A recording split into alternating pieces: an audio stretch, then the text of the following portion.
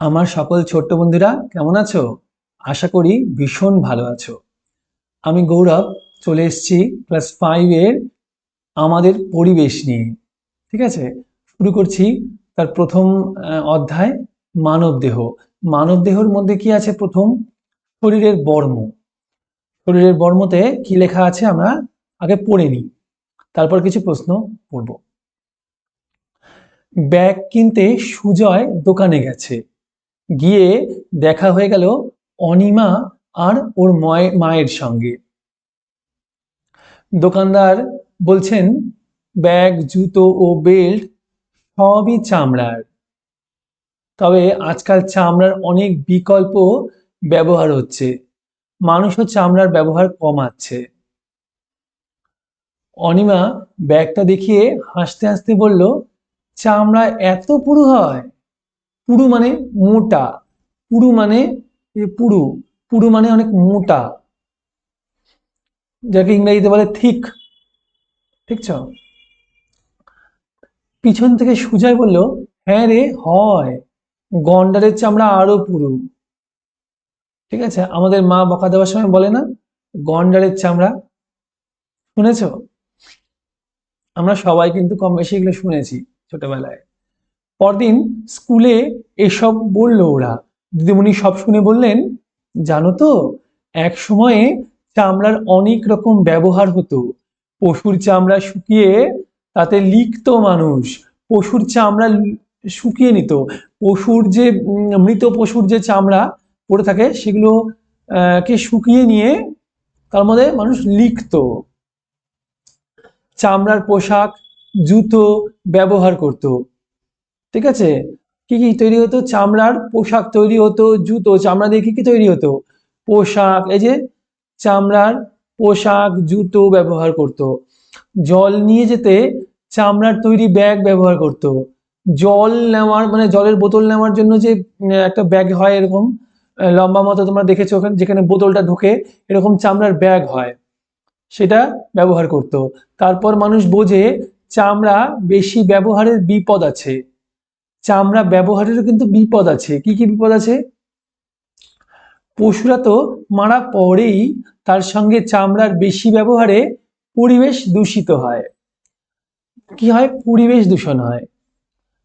আর চামড়া বেশি ব্যবহার করলে কিছু মানুষ যখন দেখছে বিক্রি করে খুব লাভ হচ্ছে, ওরা জ্যান্ত পশুকে মেরে ফেলছে, মেরে ফেলে ওই চামড়াটা নেওয়ার জন্য মেরে ফেলছে। এতে পশুর সংখ্যাও কমছে, তাই না? পরিবেশে ভারসাম্য নষ্ট হচ্ছে, আর পরিবেশও দূষণ হচ্ছে।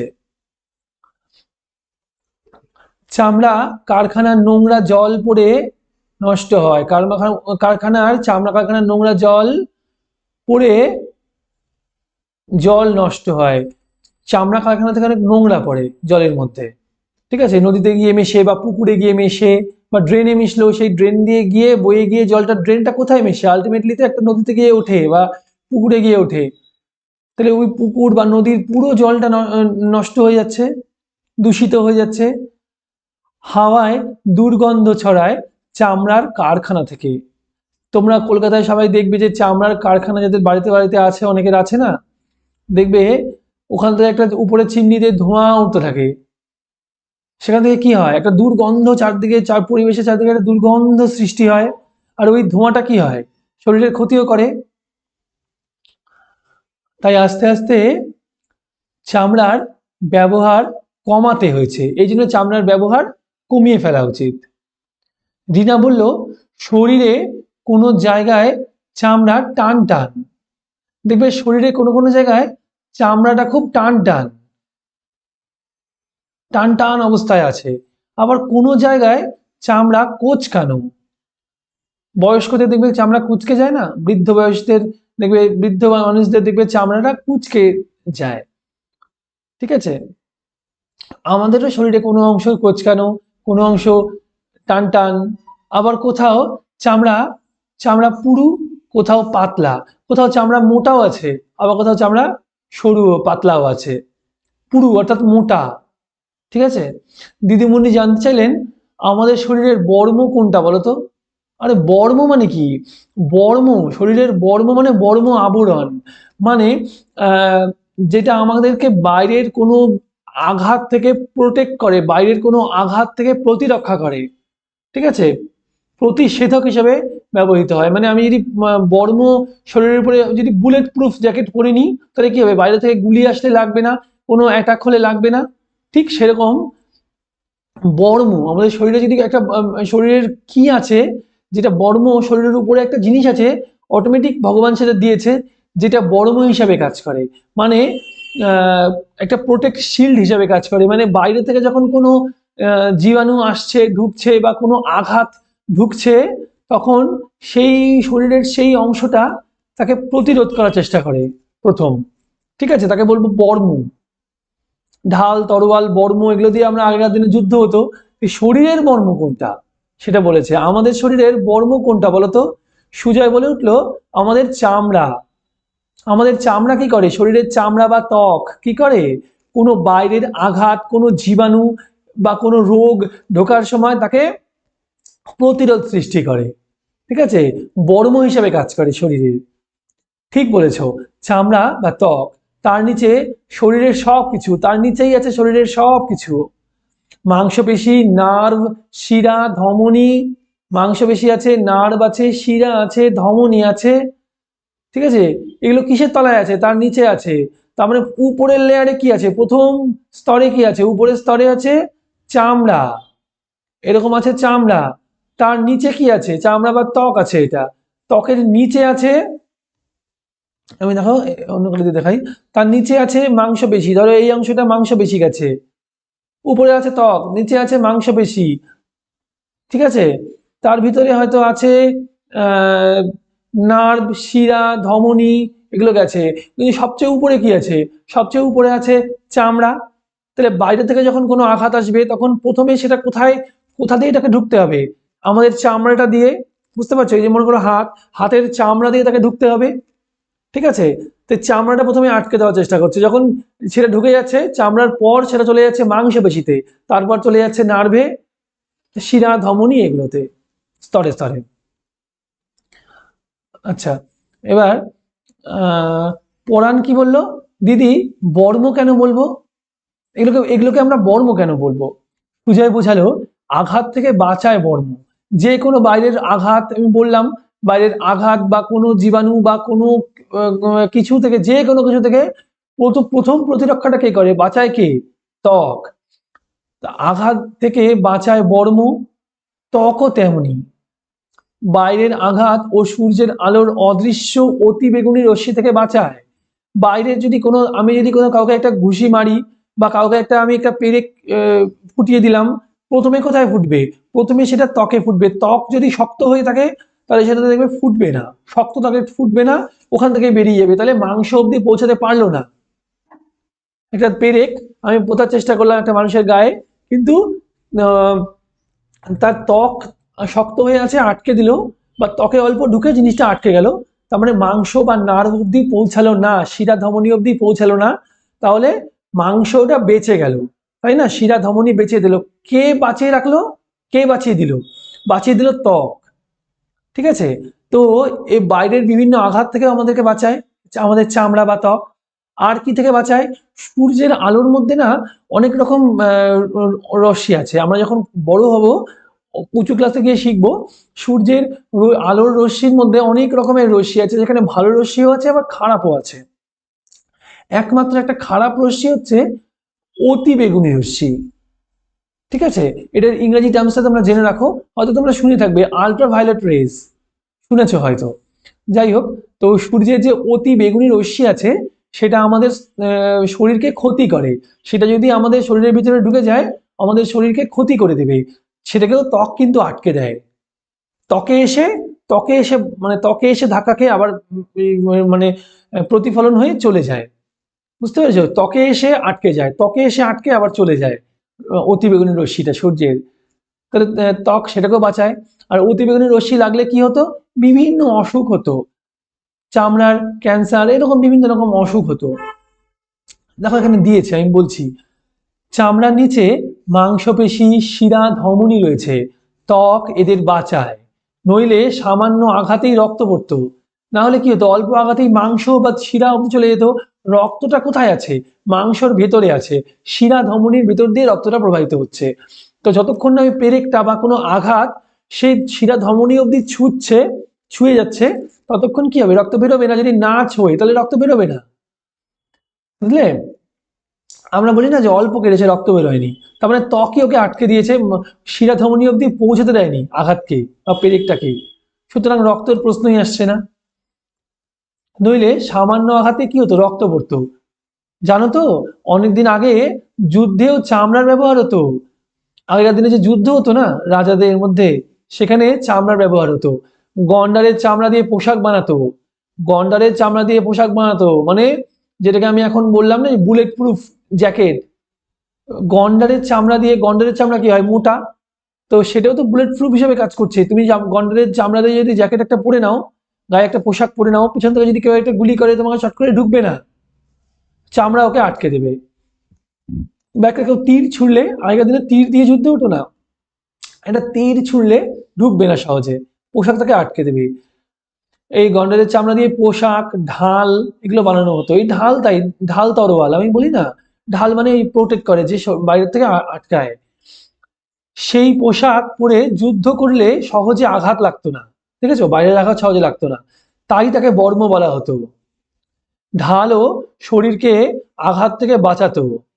কোনো জায়গা ছিঁড়ে গিয়ে ত্বক আঘাত লাগলে রোগের জীবাণু সহজেই আক্রমণ করতে পারে।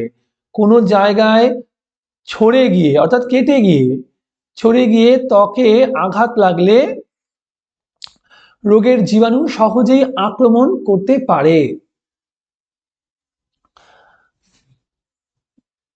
মিনা বলল, শিরা ধমনী সব নলের মতো, তাই না? রফিক নিজের হাত দুটো উপর করে মিনাকে দেখালো। এই দেখো, এখানে দেখো কত কত শিরা ধমনী বয়ে চলেছে। তোমাদের হাতেও তোমরা দেখতে পাবে কত, দেখো নীল নীল শিরা ধমনী বয়ে চলেছে না? হাতের এই জায়গাটা খেয়াল করো, ভালো বুঝতে পারবে। শিরা ধমনী সব বয়ে, দেখো নীল নীল শিরা যাচ্ছে। নীল যেগুলো দেখছো ওগুলো রক্তের জন্য, ভিতরে লাল রক্ত আছে, ওটা উপর থেকে নীল লাগছে, ঠিক আছে? ওটার জন্যই ওরকম রং হয়েছে। আচ্ছা, রফিক নিজের হাত দুটো উপর করে মিনাকে দেখালো, বলল, এই দেখ কিরকম নল দেখা যাচ্ছে, চামড়ার নিচে ফুলে রয়েছে। দেখো চামড়ার নিচে কিন্তু ফুলে ফুলে রয়েছে, পাইপের মতো আছে, দেখো নলের মতো বয়ে চলেছে, ঠিক আছে? লম্বা এসছে, কোথা থেকে? দূর থেকে এসছে জিনিসটা। নলগুলোর আবার শাখা প্রশাখা রয়েছে, যে এরকম যে নল, আমি এদিকে দেখাই, এরকম যে নল, তার আবার বিভিন্ন শাখা প্রশাখা আছে, কিন্তু এরকম করে শাখা প্রশাখা বেরিয়ে হয়তো এরকম ভাবে চলে গেছে, শাখা প্রশাখা বেরিয়ে চলে গেছে, পাইপ বেরিয়ে, এরকম পাইপ বেরিয়ে বিভিন্ন দিকে ছড়িয়ে গেছে শাখা প্রশাখাগুলো, ঠিক আছে? তো বলেছে এগুলো শিরা না ধমনী? ওগুলো শিরা, বুঝলে? তাহলে কি হলো? এই যে চামড়ার ভিতরে বিভিন্ন নল দেখা যাচ্ছে, এই নলগুলোর যে শাখা প্রশাখা রয়েছে সেগুলোকে বলবো শিরা। ধমনী একটু ভিতর দিকে থাকে, শিরা আছে ধমনী মোটা হয়। আমরা আস্তে আস্তে আস্তে আস্তে শিখবো এগুলো, ঠিক আছে? তো ধমনী থাকে কোথায়? ধমনী থাকে একটু ভেতর দিকে, ঠিক আছে? শরীরের অনেক জায়গায় শিরাগুলো বেশ দেখা যায়। এই যেমন এখানে দেখা যায়, হাতের এখানে, আরো বিভিন্ন অংশে দেখা যায়, ঠিক আছে? তোমরা একটু শরীরে লক্ষ্য করবে, হাতে পায়ে বিভিন্ন অংশে শিরাগুলো দেখা যায়। আচ্ছা, এবার লিখছে, দেখে নিয়ে লেখো। শরীরের কোন অংশের চামড়া কেমন তা লেখো, তা নিয়ে আলোচনা করে তারপর লেখো, ঠিক আছে? শরীরের কোন অংশের চামড়া কেমন তা দেখো, আগে দেখে নাও নিজের শরীরের কোন অংশের চামড়া কিরকম আছে, তারপর আলোচনা করে লেখো। আচ্ছা, শরীরের অংশের নাম, এই চারটা পড়বে। শরীরের অংশের নাম, গাল, গালের চামড়া কেমন? টান টান হয়ে থাকে, কোঁচকানো কি? গাল, কাদের কুঁচকে যায়? একদম বৃদ্ধ, 90 বছর বয়স, 80 বছর বয়স, তখন কি হয়? বৃদ্ধদের চামড়া কুঁচকে যায়। তার আগে কি হয়? গাল টান টান থাকে, গালের চামড়া। চামড়ার নিচে আর কি আছে বলে মনে হয়? চামড়ার নিচে বলতো কি আছে?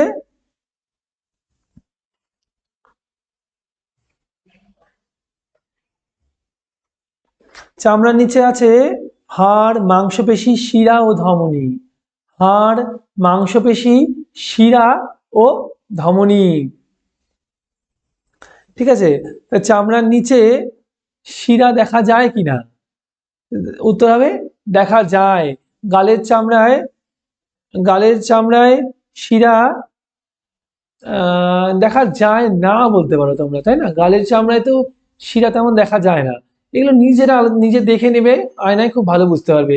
চামড়ার নিচে আর কি কি আছে বলে মনে হয়? এটা কিন্তু ডান দিকে হবে, আর এটা এই সেকশনটা হবে বাঁ দিকে, এটা হবে তার ডান দিকে। ঠিক আছে, এটা এখানে এখানে ভুল আছে। চামড়ার নিচে কি আছে?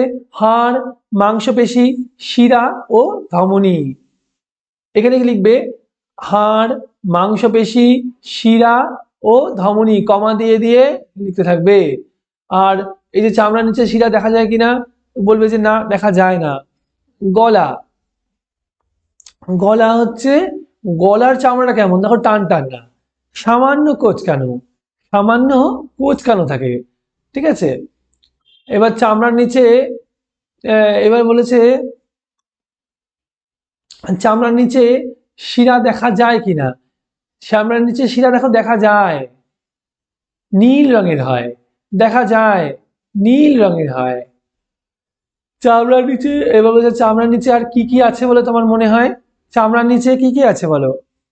হাড় আছে, লিখবে এখানে, হাড় আছে, মাংসপেশি আছে, শ্বাসনালী আছে, শিরা আছে, ধমনী আছে। বুঝলে? হাতের তালু, হাতের তালুর চামড়া কেমন? টান টান, এটা কিন্তু টান টান হবে। আচ্ছা, দিয়ে চলে যাবো, চামড়ার নিচে শিরা দেখা যায় কিনা। লিখবে যে দেখা যায়। হাতের তালুর নিচে তো শিরা দেখা যায়। ঠিক আছে, আর চামড়ার নিচে আর কি কি থাকে আছে বলে তোমার মনে হয়? ওখানে কি লিখবে?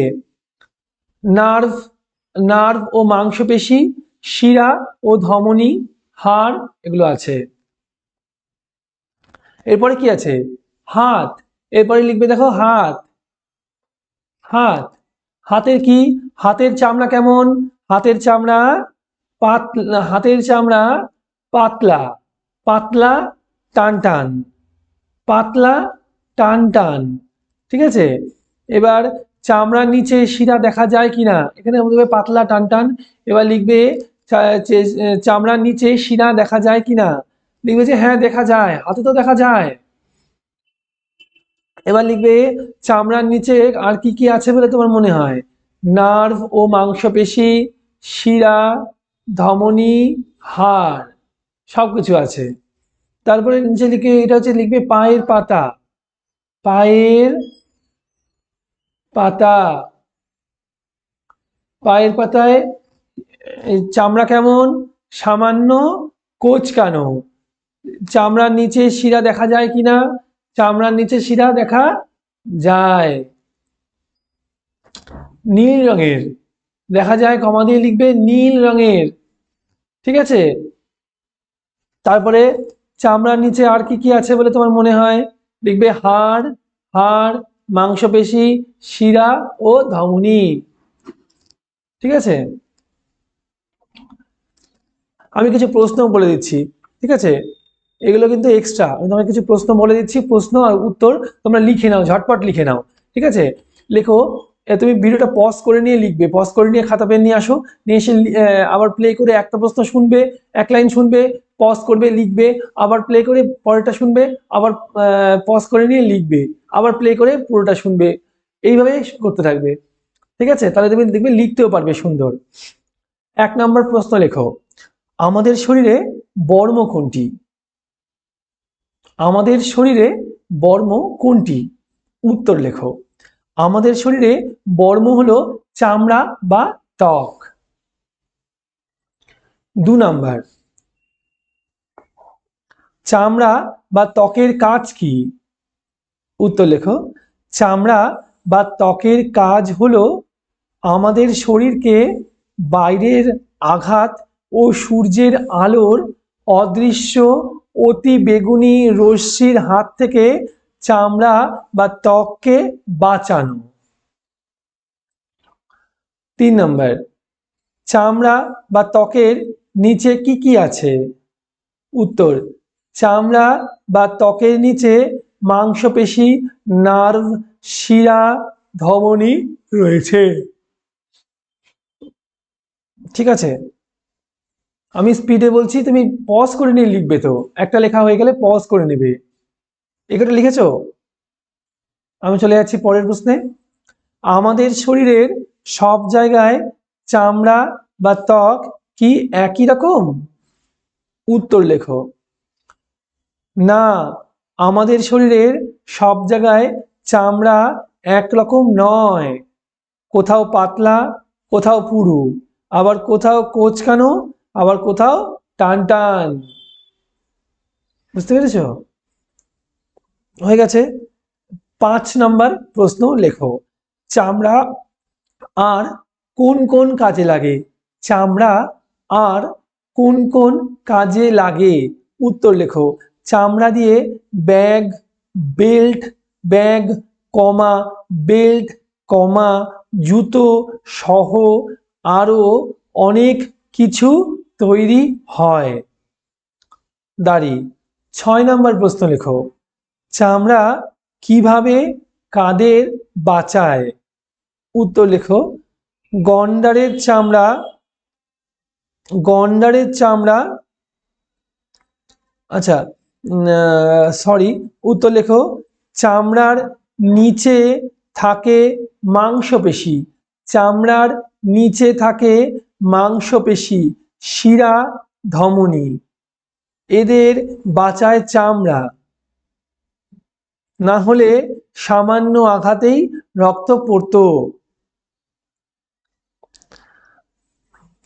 6 নম্বর। গন্ডারের চামড়া পুরু না পাতলা? হ্যাঁ, পুরুই হবে উত্তর। গন্ডারের চামড়া পুরু, অর্থাৎ খুব মোটা। 7 নম্বর। চামড়া কিভাবে, 7 নম্বর, আচ্ছা 7 নম্বর হয়ে গেছে। 8 নম্বর। শিরা ধমনী দেখতে কেমন? উত্তর লেখো। শিরা ধমনী দেখতে সব নলের মতো। চামড়ার নিচে নলগুলি ফুলে রয়েছে। দাড়ি। এসব নলের আবার শাখাও আছে। 8 নম্বর ছিল শিরা ধমনী দেখতে কেমন? উত্তর লেখো। শিরা ধমনী দেখতে সব নলের মতো। চামড়ার, না দাড়ি দিয়ে নেবে, নলের মতো। দাড়ি। চামড়ার নিচে নলগুলি ফুলে রয়েছে। দাড়ি। এসব নলের আবার শাখাও আছে। 9 নম্বর প্রশ্ন। শিরা ধমনী কোথায় থাকে? উত্তর। শিরা থাকে চামড়ার ঠিক নিচে, আর ধমনী থাকে শরীরের ভেতরের দিকে। শিরা থাকে চামড়ার ঠিক নিচে, আর ধমনী থাকে শরীরের ভেতর দিকে। 10 নম্বর। তোমার বিচারে চামড়া কি সত্যি শরীরের বর্ম? উত্তর লেখো। হ্যাঁ, চামড়া শরীরকে বাইরের আঘাত বা সূর্যের অতিবেগুনি রশ্মি থেকে বাঁচায়। শিরা ধমনীও চামড়া বা বর্ম থাকার ফলে আঘাতের হাত থেকে রক্ষা পায়। কি বললাম প্রশ্নটা? 10 নম্বর।